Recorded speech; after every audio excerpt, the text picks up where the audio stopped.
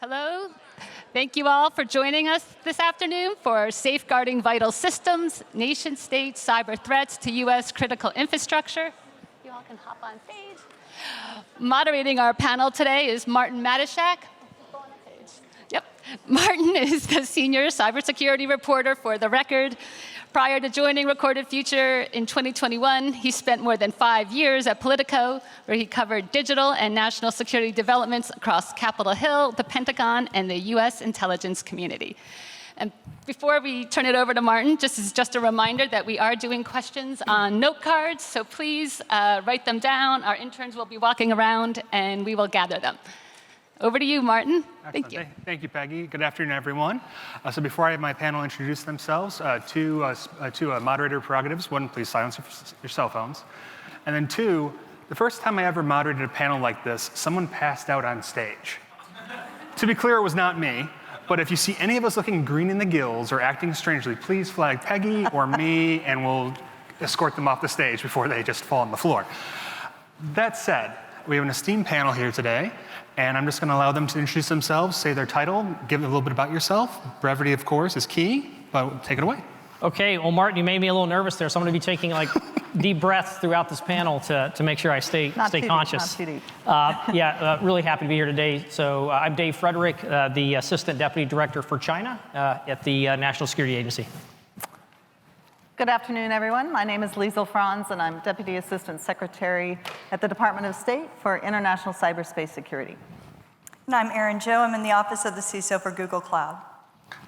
Excellent. Everyone kept it really short. I really appreciate that. So we're just going to dive right into the questions. And of course, we're talking about cyber threats to U.S. critical infrastructure, something that has seized, I'd say, the entire nation's attention since last fall of 2023 is Volt Typhoon, the PRC-linked actor that seems to be pre-positioning critical infrastructure.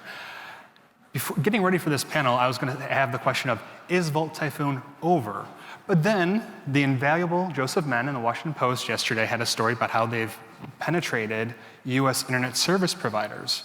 So I guess if you want to comment on the article, you can. But then since Volt Typhoon is clearly not over, what does the future look like with this threat actor out there who seems to have no qualms about breaking what were sort of unspoken norms? From where you sit, how does it look going forward?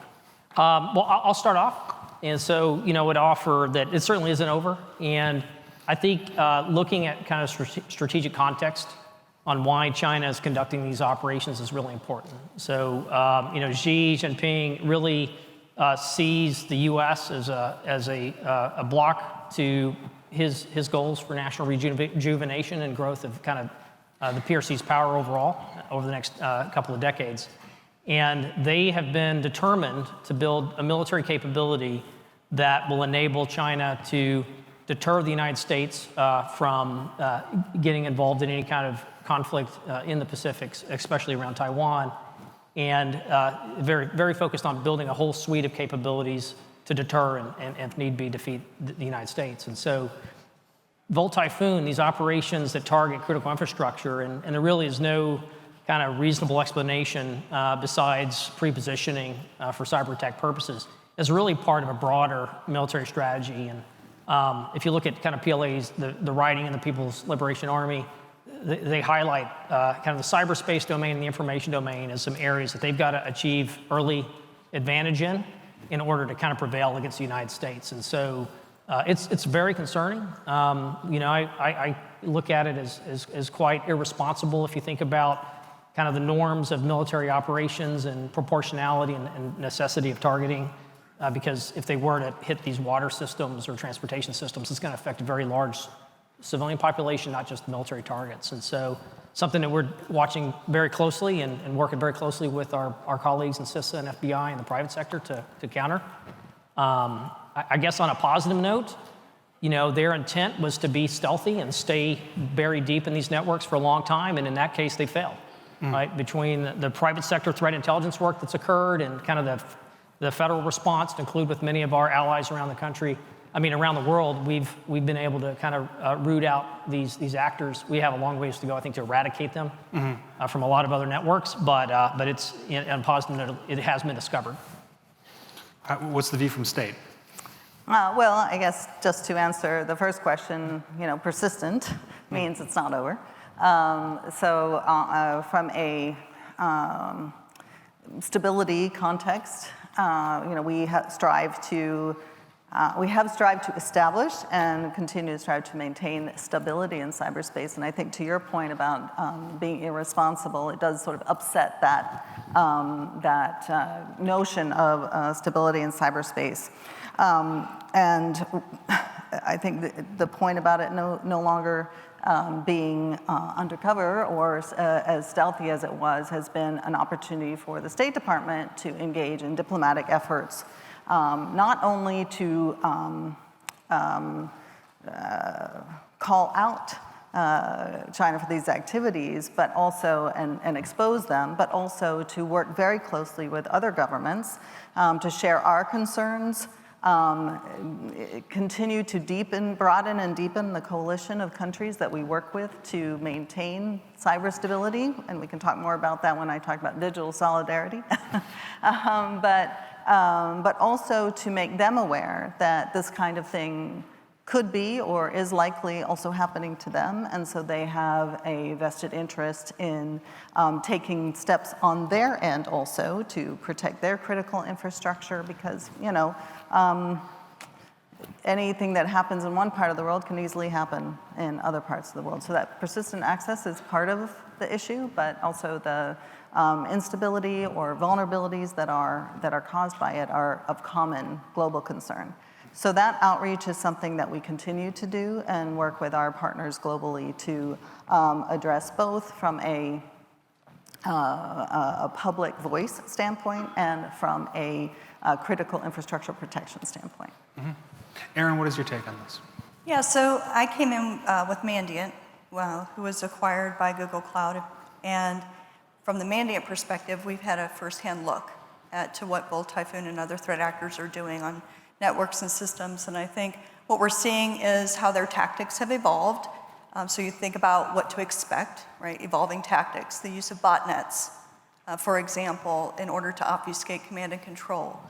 And the way that they're analyzing our behaviors, and they know how we operate, so they are going after paths of least resistance in addition to using the more sophisticated techniques. So the path of least resistance might be their attack on the SOHO networks, right? Small office, home office networks, which some, I think NSA and FBI and others have warned about. And so we are seeing that. They also look at how can they go after the one-to-many attack types, as do many of the other threat actors.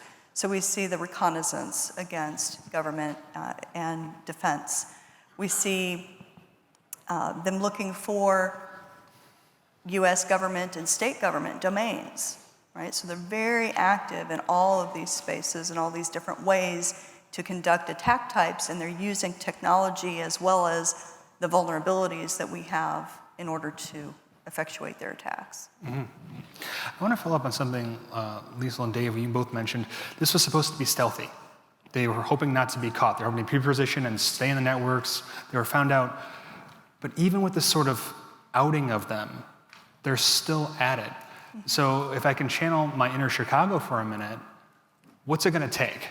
Like, what's it going to take to make them stop?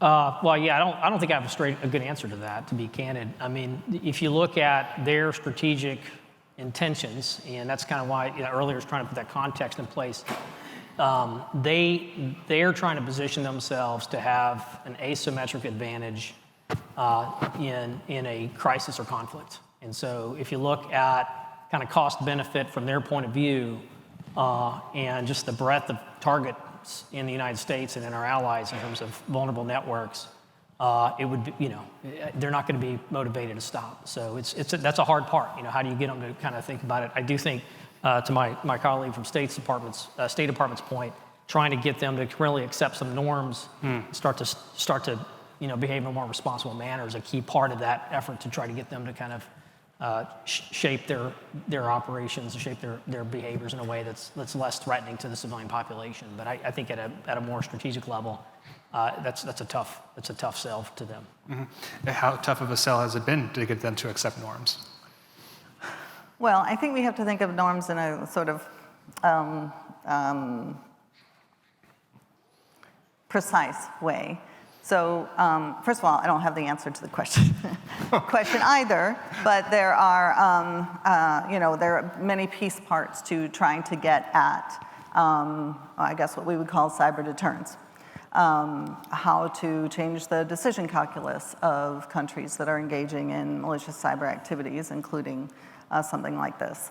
And we have increased the drumbeat of kinds of things we do with regard to that.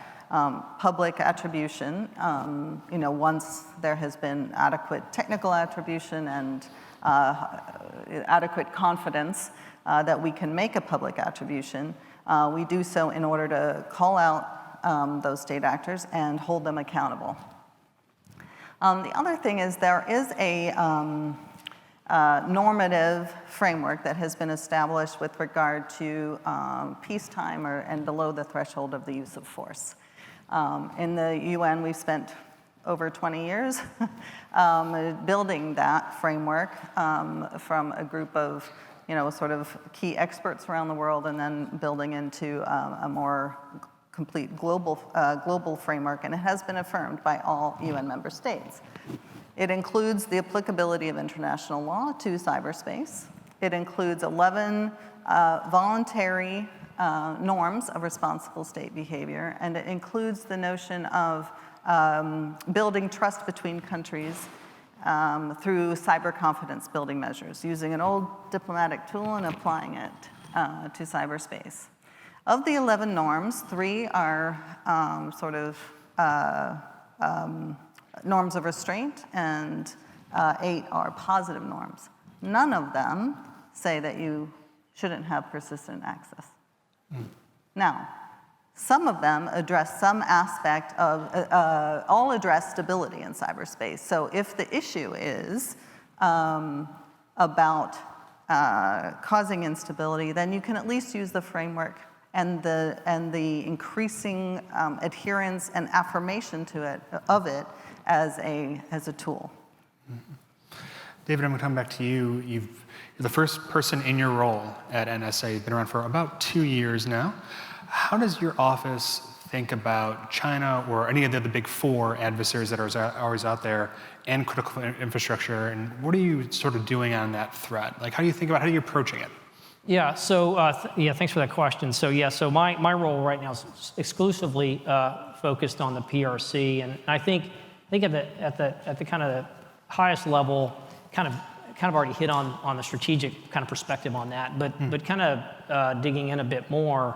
So NSA's Cybersecurity Directorate, so I work very closely with both our Foreign Intelligence Operational Directorate and our Cybersecurity Directorate in my role. Our Cybersecurity Directorate's doing a lot of work in support of CISA and FBI, and with a lot of our allies to Liesy's point, to support public attribution, to support detection and mitigation of these cyber threats. And so what we've been focused on is how can we take our deep knowledge of computer science, of cyberspace operations, and of the threat, and produce kind of actionable guidance. And so a number of products that have come out, almost always joint with CISA and FBI and a number of our foreign partners, focused on detecting these Volt Typhoon, the main actor that we're worried about for critical infrastructure threats, how to detect them in people's networks, organizations' networks. And so people refer to that as living off the land techniques, kind of what they're using. Erin talked a bit about that already.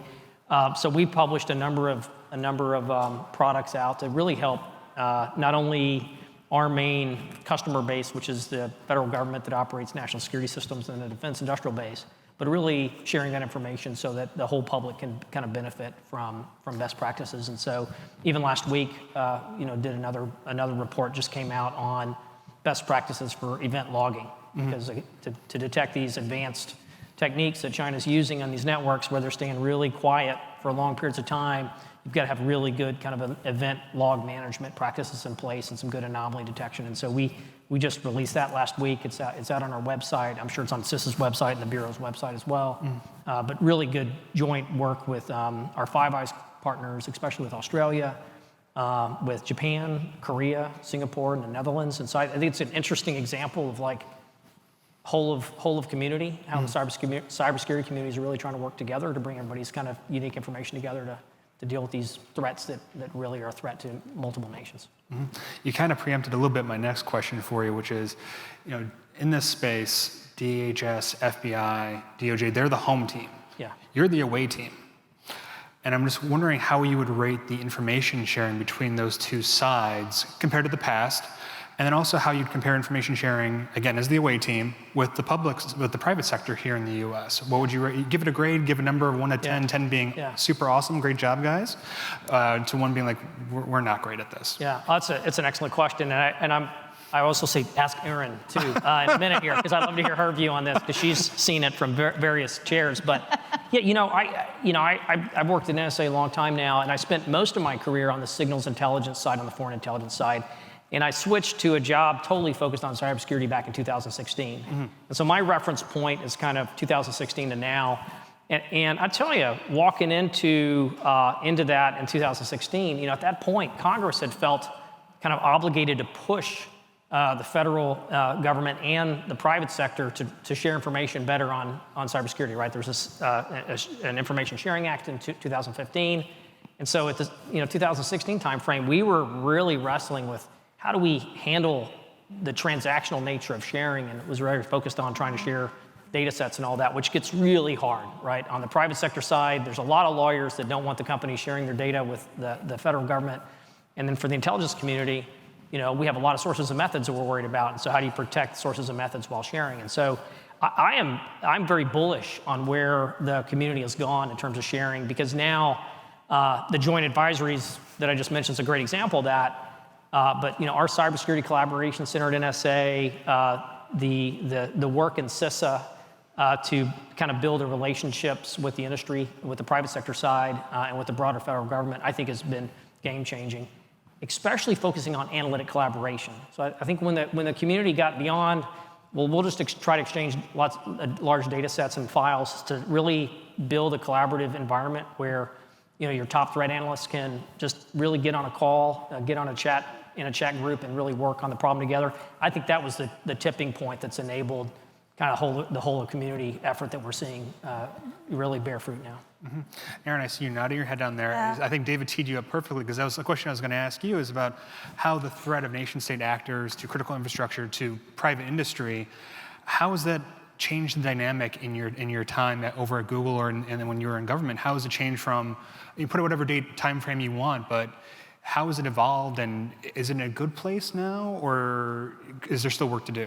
Yeah, no, I have a lot more confidence in where we are today and where we're going, not because I ever lacked confidence, but because it was hard, right? And it's been hard for a long time, and we've done a lot of work, and I had a long career in the FBI, and I'm no longer there. My disclaimers are, I'm not speaking for the FBI or in any official capacity, but just from a personal perspective and experience, I've seen 25 plus years of us maturing these processes, of working to not just get information where it needs to go, when it needs to get there, but setting up processes and systems and communication methods and cadences for communication so that we can have ongoing dialogue about the threats themselves, what's happening, and what can be done about it, what mitigation efforts are there, and how are we all operating toward that same end goal.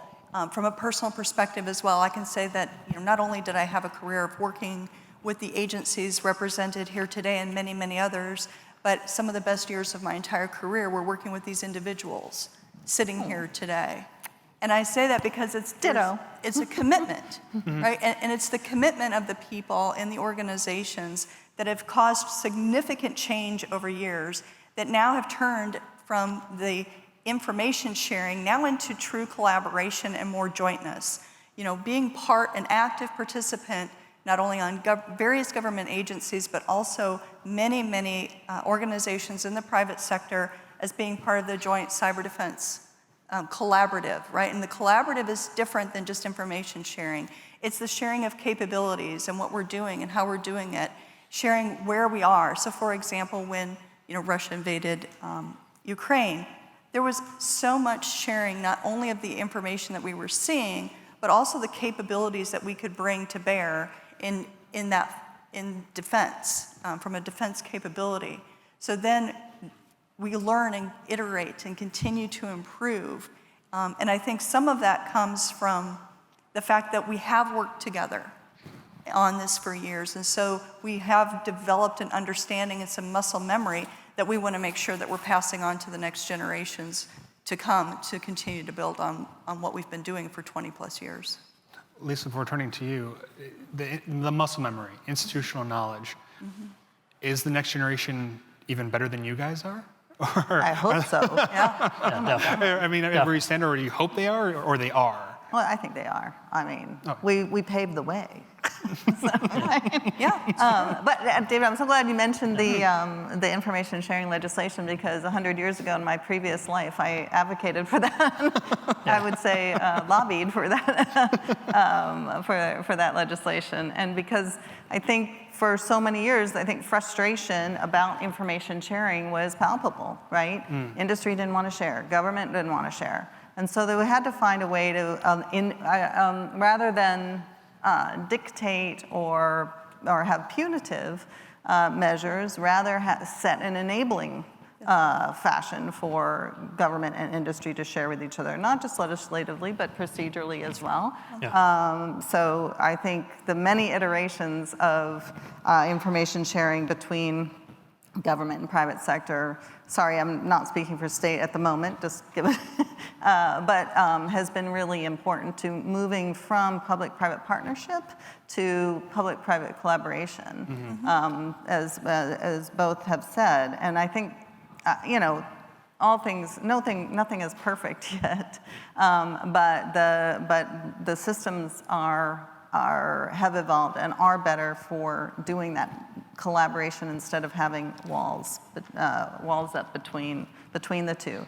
From state's perspective, though, one of the things that is also important is being able to share information with our partners, and so that is a great demand, a constant drumbeat in sort of all the efforts that the State Department does with our role in addressing critical infrastructure. And that is awareness, back to working with countries to share the kinds of things that either we have been through or we think are important for critical infrastructure protection. Another great diplomatic tool is providing foreign assistance to countries that are eligible to receive it. And have great need for building up their cybersecurity, their cyber resilience, their critical infrastructure protection mechanisms. The other thing I would say is that another way we focus on critical infrastructure protection, cybersecurity, a key element of that is also in the other side of the things that we deal with regard to the PRC on tech competition. We are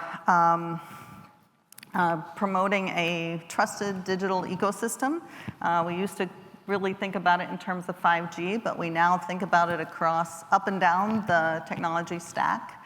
So I have said from sea to sky, some might say cables to cloud, but all alliteration is good.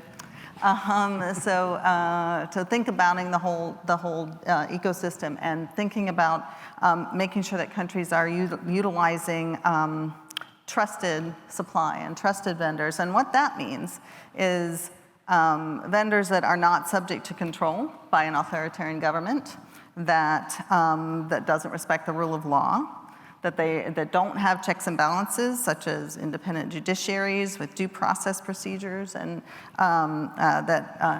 those that place limits on government access. So that's what we mean by trusted.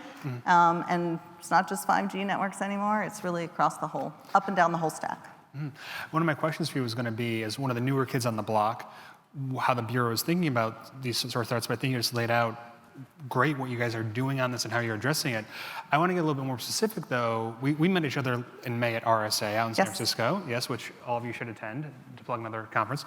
I don't know if that's kosher or not. Wait, how many people go to RSA conference?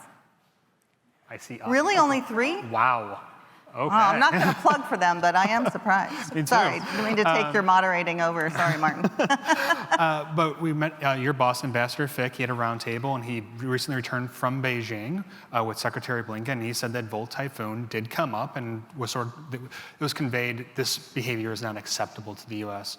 That was back in May, or the trip was actually in April, I think it was. What has your bureau done on this topic since then? Because 4 months might not seem a lot like in diplomatic time, but to like us, it's a long time. Yeah, sure. I think really just what I mentioned with regard to raising awareness. Well, first of all, calling them out.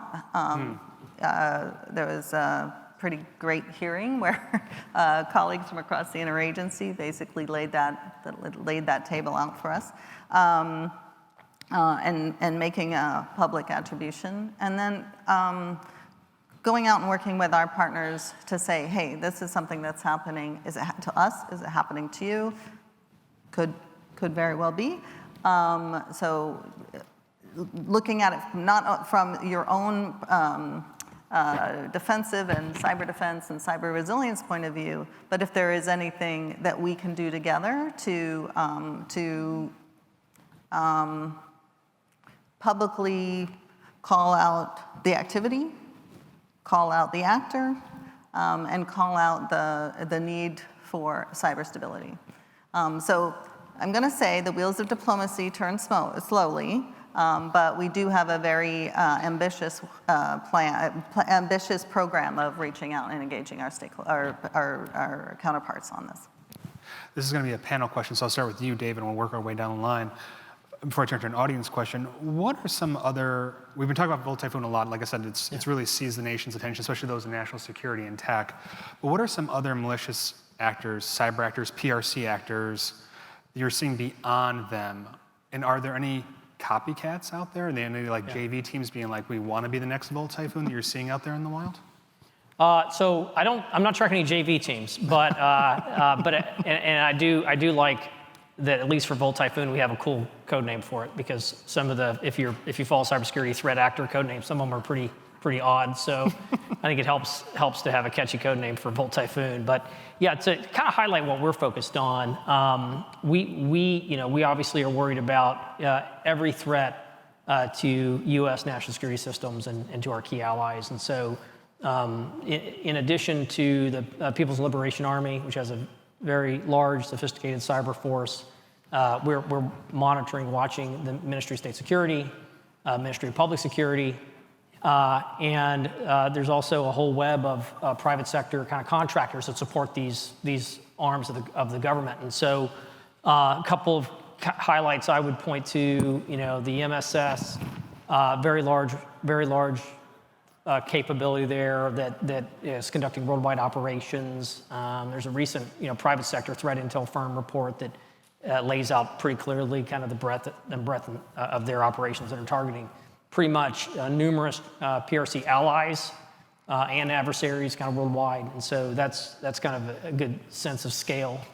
And then there was a recent leak by a PRC private sector, a contractor company called INSA, that's really worth looking at as a good example, because I think it sheds some light as to the kind of ecosystem in China on how the private sector companies support cyberspace operations. They're actually conducting operations on behalf of the PLA and the MSS and the MPS. And so in the INSA leak, they kind of, that information laid out that they were working for all three parts of the government, and they were targeting everything from Taiwan, no surprise there, but also targeting entities in Thailand, Mongolia, Malaysia, and France. And so pretty broad set of targets, lots of customers within the PRC government. So that's kind of a broad look at kind of the concerns we have. It's certainly not just about Volt Typhoon.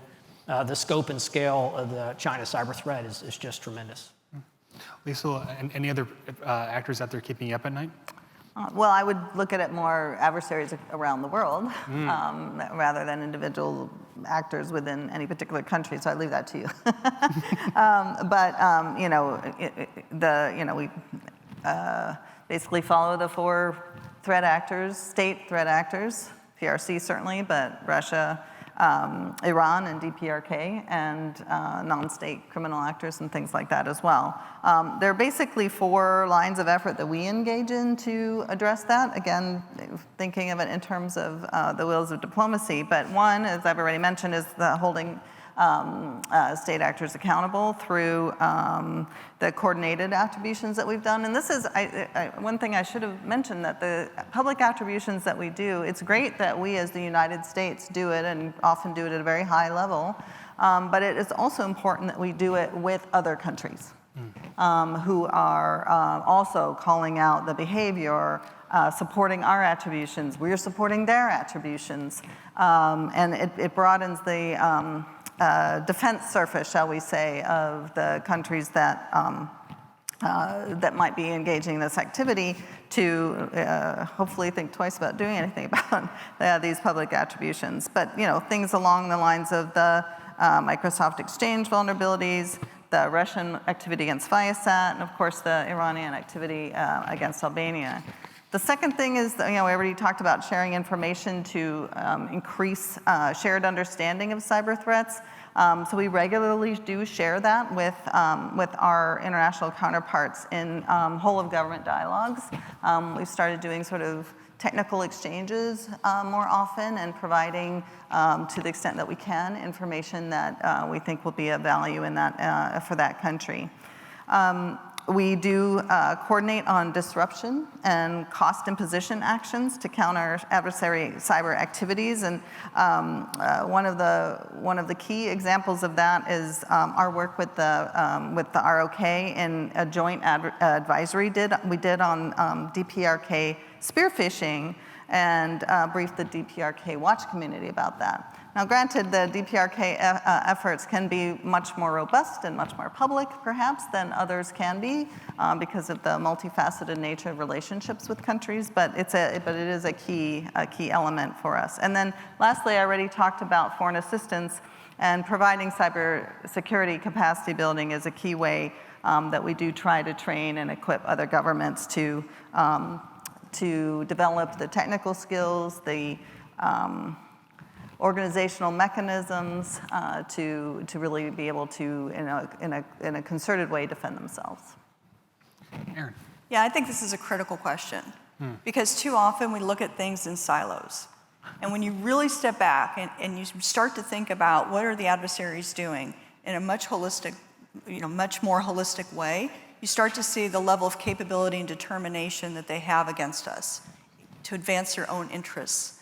Like Dave was saying, and to advance their strategic objectives, which are to be a world power. Like, just make no mistake about it, right? Let's just say that's what they've openly and publicly said that they want to do and what they want to be. So anything that they can do to advance that, they're doing. I can't think of a sector in the critical infrastructure that China specifically hasn't been targeting and attacking with success. And then if you think about the advancement of their capabilities, in just even a relatively short amount of time, we've seen them change. So for example, early on, most of us who had been watching the threat actors saw them using fairly low-level means, passive least resistance, somewhat noisy, taking a lot of data and then sorting it out later, not really focused or strategic in how they were conducting their attacks, to now being highly sophisticated, having capabilities to not only go after some of the, quote, softer, easier targets, but now being one of the biggest users of zero-day vulnerabilities that there are and exploits out there. So, and we remember, not that many years ago when we thought 5 zero-day exploits in 1 year were a lot. Last year, there were over 90 that Mandiant saw. So these numbers are huge. And that's just zero-day exploits. That's not taking into account all the other attack types. And it's just been in our career time, we've shifted from talking about general cyber hygiene and trying to get everybody to at least achieve a minimum baseline there, to now we're saying the very things that we've been advising you to use for security are the exact targets of China and other hostile nation state actors. So if you think about it, just even recently, China alone, the attacks include Fortinet, right, the firewalls, VMware and Pulse Secure virtualization, Citrix application controller, the Barracuda, right? The Barracuda ESG was a huge example of the shift in attack types from China. There we saw what I've called, at least, a real shift from incident response being not just a game of cat and mouse where you find them in your system and now you're going to chase them out, to really being a game of chess where they have studied our moves, they've studied our responses, they anticipate what we're going to do, and they are positioned for that, and they respond to that. And we actually saw them changing their tactics when they saw the investigation start. We saw them deleting malware, we saw them putting things out there to throw off investigations. And then they knew that part of our response would include sending out clean hardware and software. So what do?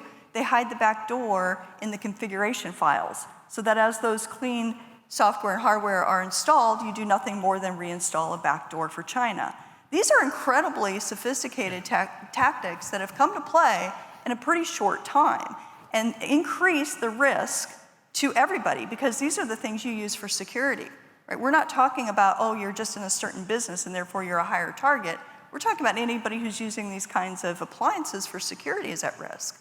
Very different situation today. Yeah, I noticed you nodding vigorously throughout most of this. Can I follow up on that? Yeah, sure. Yeah, so a couple points to kind of weave us together. First, what I think we can help with is shedding light on kind of broader tradecraft. And a good example of that, there's a kind of a case study based product that we developed with the Australians, CISA, FBI, and a number of other foreign partners, I think back in May, looking at the Ministry of State Security. So it's kind of a lay down of tradecraft, right? So it's not focused on every tactic and technique they're going to use, but really a good lay down of how the Ministry of State Security conducts their cyber operations and what to look for. And so I think those kind of products help steer cybersecurity programs, and it also reinforces the importance of cyber diplomacy, because I look back at 4, 5, 6, 7 years ago, the idea that you would have all these partners around the globe signing up to publicly out a PRC threat actor, it's a major shift. And especially if you look at some of the states that have suffered significant economic coercion by China, right? So they haven't used that tool on the United States very much because the interdependencies are so great, and the risk to them would be so great if we retaliated. But a number of our partners around the world have really suffered from economic pressure by the PRC, and a number of those states are signing up, thanks to the hard work that the State Department and others have done to kind of build these relationships internationally. Yeah, I really want to take a second and highlight the value of the attribution and the outing, right? You've both mentioned it several times, and I think that sometimes there can be some public misunderstanding or frustration about what's the point, right? And the point is, not only do we have the confidence in that attribution, but we're showing that we are demonstrating that we have the capability to identify the threat actors, particularly down to the ones on the keyboard sitting in China. That is a very different capability that we're saying we bring to the table collectively, right? So whether it's the private sector that conducted an incident response and is sharing that information now, or whether it's the government that discovered it and is now disclosing it, but we're saying collectively we are working together and providing information that then can go into the issuance of sanctions or the issuance of law enforcement activity against the threat actors or against diplomatic actions that can be taken. So there are a lot of different levers that can then be pulled once we've collectively provided information that can be used for that attribution, because when you have confidence in the attribution, you can then take more decisive action.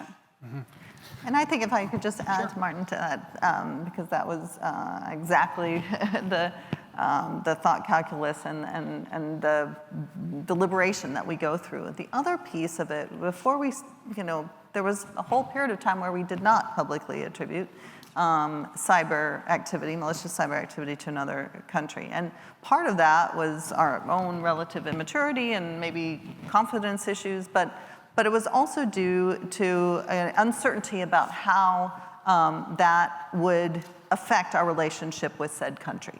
So like I said, DPRK might be a little easier. As David pointed out, China is a lot more difficult to think about how that might have any cascading effects on the relationship.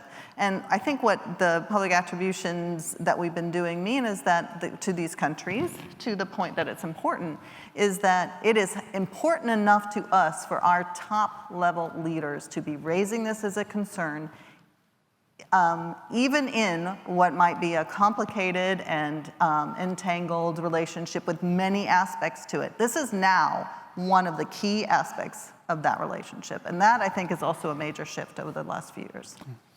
So after this shift, this is an audience question, because I think we've talked about some of the actors that are out there, some of the ways that things have evolved. But we're here on this panel about critical infrastructure. This is what I thought was a good question. Which aspects of critical infrastructure are most at risk, in your opinion? Electricity, election infrastructure, water?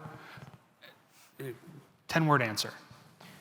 I would offer the sector I'm the most worried about is water.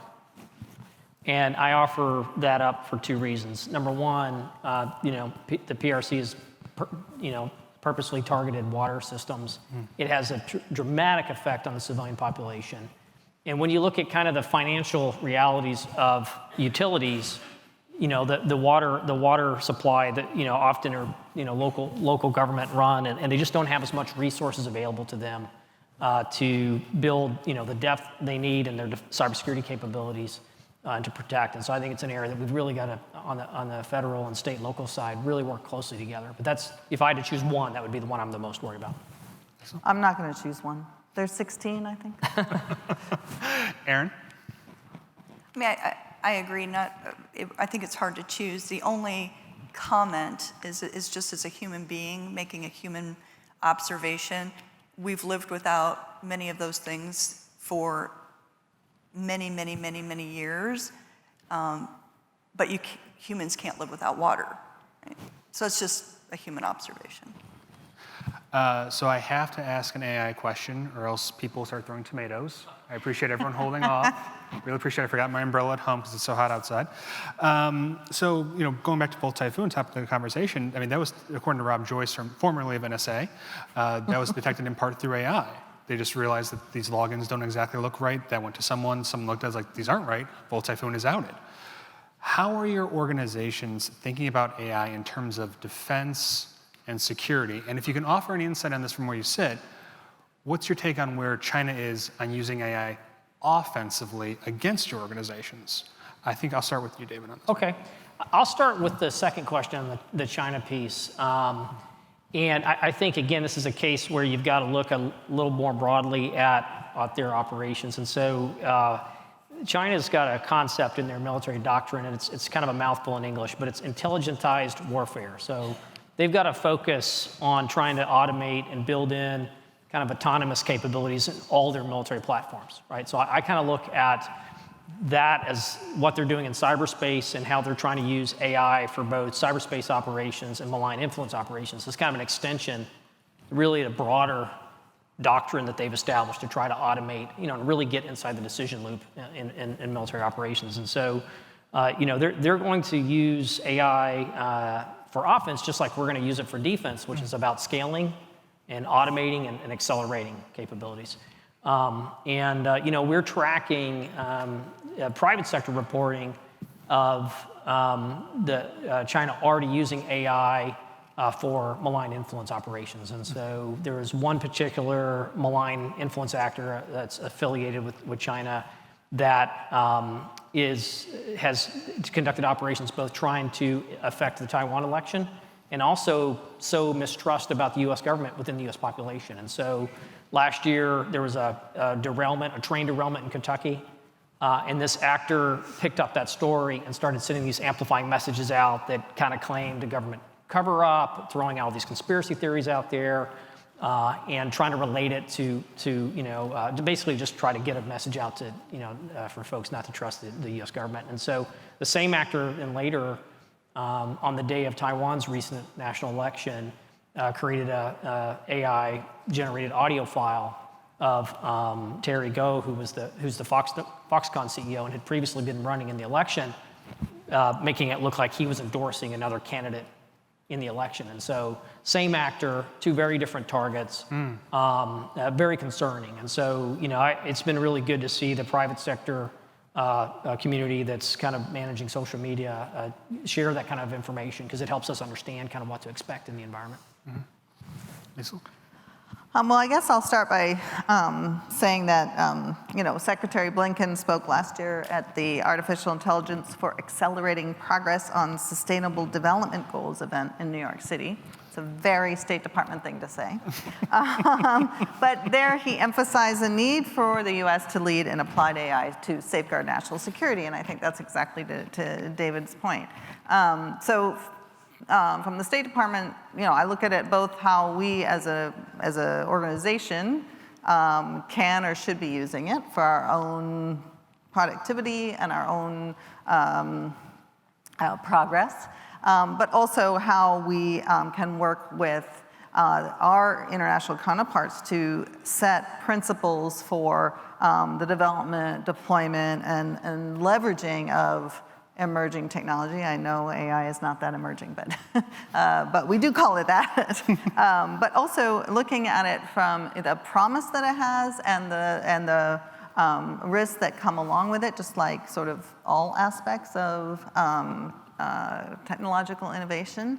And one thing that we do try to talk about a lot, and I would encourage those of you working in this space to if you're thinking about it like this, talk about it more.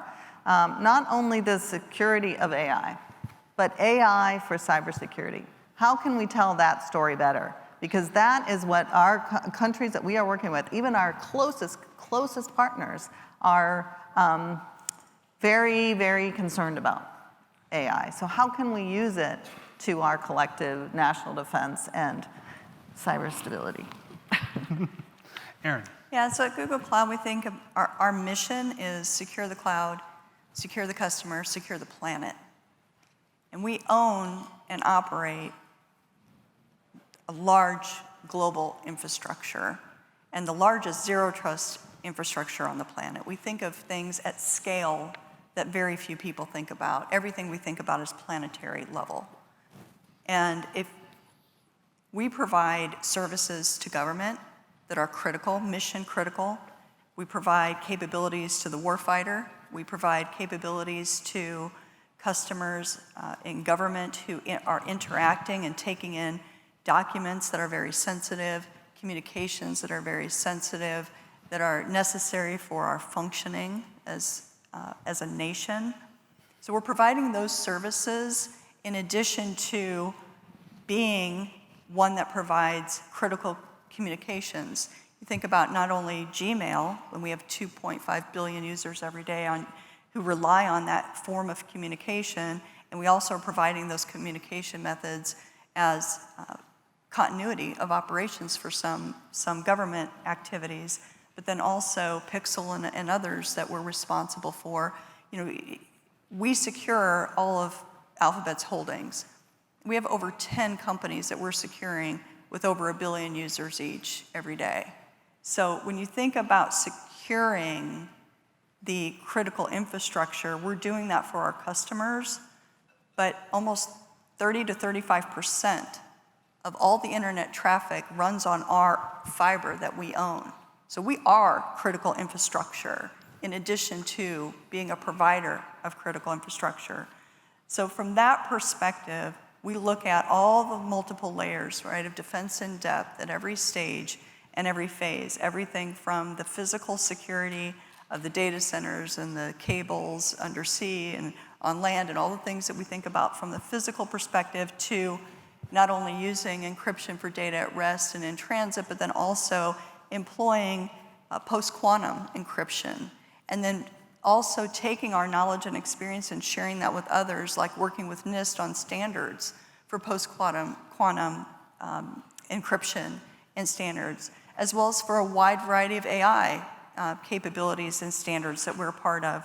But then we're taking that and saying, okay, we've developed a way to use AI internally, which we have for a very long time. We are at our heart an AI company. That's how we started. Search is just the way we did it. So we've been an AI company from inception. We've been using and training models to effectively not only get information to you and organize the world's information and bring it to you in a usable manner, but also securing that large network and infrastructure that I talked about. We have the capabilities where we are analyzing about 2.5 exabytes of security-only data a month. Those are very large numbers that most people don't deal with, but we've been able to do it because of our AI capabilities. We have like 13,000 doctorate level data scientists alone at Google. So we are not only able to provide, and that doesn't even include all the other engineers and types of PhD engineers that we're employing. So we're able to take what we are doing to provide that high level of security across our infrastructure and to our customers, and then leverage that to share it with the world. That's part of protecting the planet.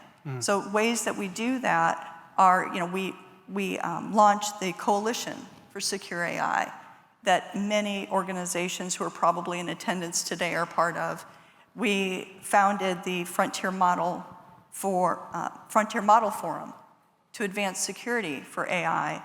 We were part of initiating the AI Cyber Defense Initiative, which also perfectly postured us to be the first to sign the Cyber AI Initiative for Security from CISA as well, who was also taking a leadership role in this area. So the goal here is to look at all the wide variety of ways that we can share that experience that we bring to the table and also learn from others, right? We're learning in that environment the best practices as well as the challenges of others and bringing the world's biggest challenges to the table and trying to solve some of those. We publish. We're one of the top 5 publishers of AI research cited materials ahead of even Stanford and MIT. So we're highly active in leaning into this, working with NIST and others on standards and trying to make the entire ecosystem better so that we are protecting the critical infrastructure that we're providing services to. We're providing that information to others so that they can better protect themselves and then bring that security to the planet. David, I noticed you nodding again. Keep everything on your sleeve. So I got to ask you to weigh in on this. Well, I think I would follow up on Erin's point. I think you're probably tracking. We stood up an AI security center at NSA last year. So, and kind of for similar reasons that Erin brought up, kind of looked at that generative AI just has outstripped kind of the acceleration of that technology and deployment of it, kind of outstripped kind of the understanding of how to secure large AI models. And so we've got a new entity in our Cybersecurity Collaboration Center that's formed with some of our researchers from our research directorate that have deep roots in the science of security, and then our cybersecurity kind of practitioners. And so that team's focused on understanding best practices, developing best practices for AI security, and starting to work on a number of initiatives to kind of really push the research forward in that space. And so I think you'll be seeing, we've got one product already out, one deliverables already out on the net, but you'll see more coming up from that group in the next year, trying to share what we've learned about security of AI and how to secure these large systems. Publicly learn. Yes, absolutely, publicly. Yeah, we have one, again, on the NSA.gov website, you can find it, put out an initial guideline focus on how to securely deploy AI systems. So if you're integrating an AI system, what are the kind of cybersecurity principles around that deployment? The other couple of areas that we really want to focus on, one is helping develop formal AI security standards, right? Working with the standards development organizations. NSA has long been involved in the standards around encryption. We work very closely with NIST on encryption standards and some other spaces, so we'll be working on that. And then the other area where we kind of see this nexus between our history in cybersecurity and the needs of the AI community is in the area of kind of security evaluation methodology, right? So how do you even have the methodology and the practices and the tools necessary to evaluate cybersecurity risks for an AI system? And the challenge really is you've got to protect the whole life cycle. So, for software development, you're kind of in the environment of, providing cybersecurity standards and software development. But for AI, you've got to protect the training data, You've got to protect the training models, the training framework, the models, and then the DevOps of actually machine learning, and then finally deployable systems. So the breadth of the problem, is a lot different than kind of traditional cybersecurity. So I've been given the 5-minute warning. A lot of audience questions. I'm sorry I can't get to them all, but came up in this morning's panel. I want to get to another topic. Came up in this morning's panel with Deputy Director Cohen and Abadi and others. How is your organization, since voting infrastructure is critical infrastructure, how is your organization contributing to this sort of whole of government, I kind of roll my eyes when I hear that, but whole of government effort on election security? And what will we do now, between now and election day? We're about 67, 68 days out. Is there anything on your schedule in terms of election security? Is there nothing on your schedule?